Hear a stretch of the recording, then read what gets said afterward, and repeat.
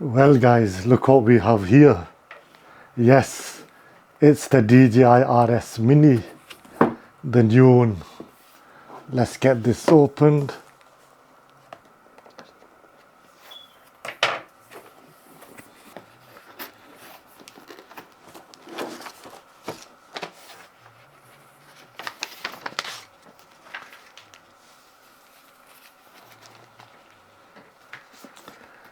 Well, it's very interesting that DJI have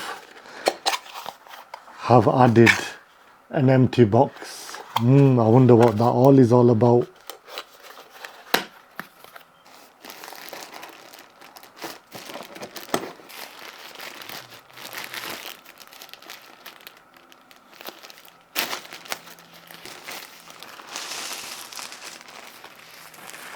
And there you go guys, this is the bad boy that we've been waiting for.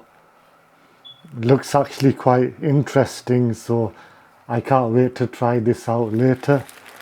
So let's see what else we've got.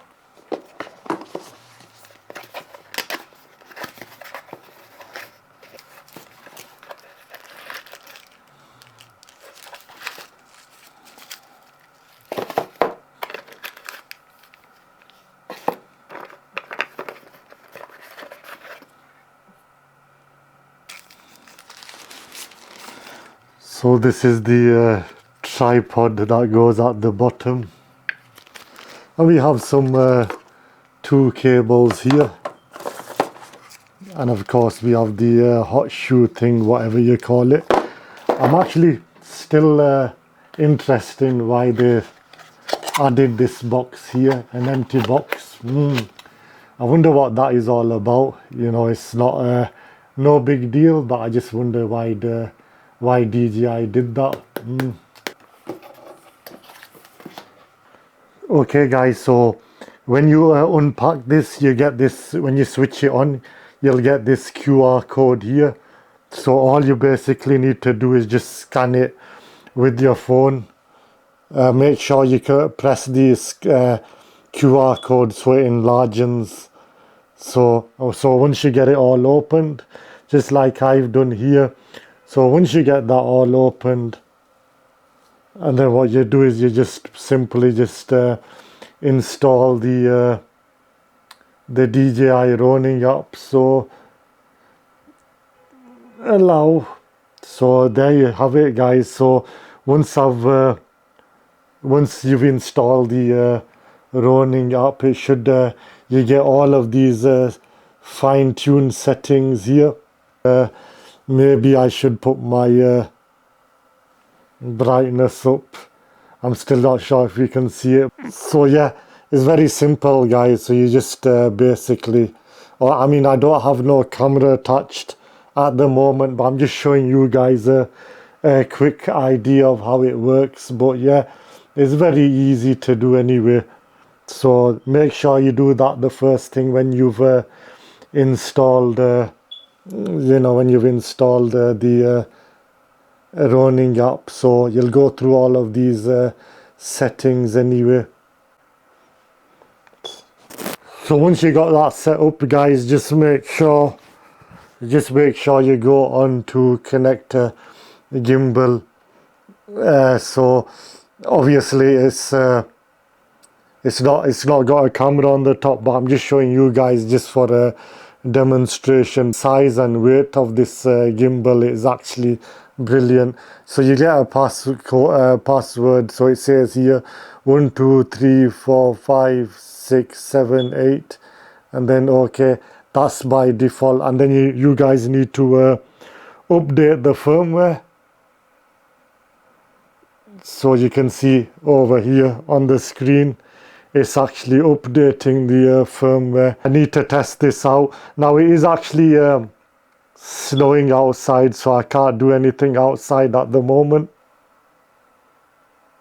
So here guys, you can see it's updating the firmware. Okay guys, so when you're actually updating the firmware, you might find that the screen switches off a few times. You know, if that happens, don't panic guys, it is normal. It's just updating the firmware. My thoughts so far, I'm actually even though I haven't got my camera balanced on the gimbal, my first thoughts is I actually quite love the feel of this, you know.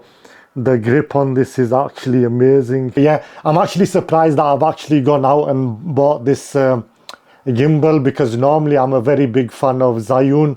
Now when it comes to DJI, I'm a big fan of their drones, action cameras and all of that. Just not a fan of their gimbals. I'm more of a Zhiyun person. So that's why I've actually surprised myself that I've actually gone out and bought this.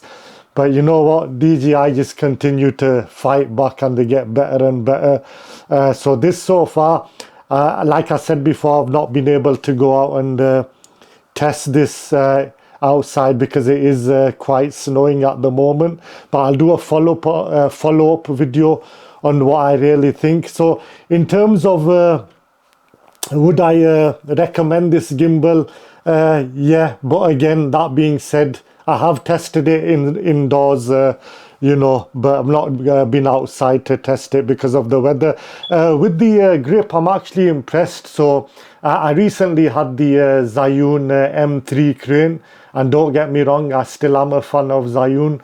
But in terms of the grip wise, I actually feel more comfortable holding this. Now, it is 50% lighter with the bigger version of the RS3, and it actually feels comfortable to hold in the hand. I have gone in the house just to like test it, you know, in the bedrooms, but I need to go outside, test it properly. The whole idea of this video is not just an unboxing video, but I wanted to go out there and, you know, maybe run with it just to show you guys how stable it is. So far, I mean, with the short time that I have used it, is quite impressive. I want to spend more time with this outdoors, you know, just to show you guys how stable it is. We have this kind of like a matte kind of carbon. I don't know what it feels like, but it actually feels very comfortable in the hand.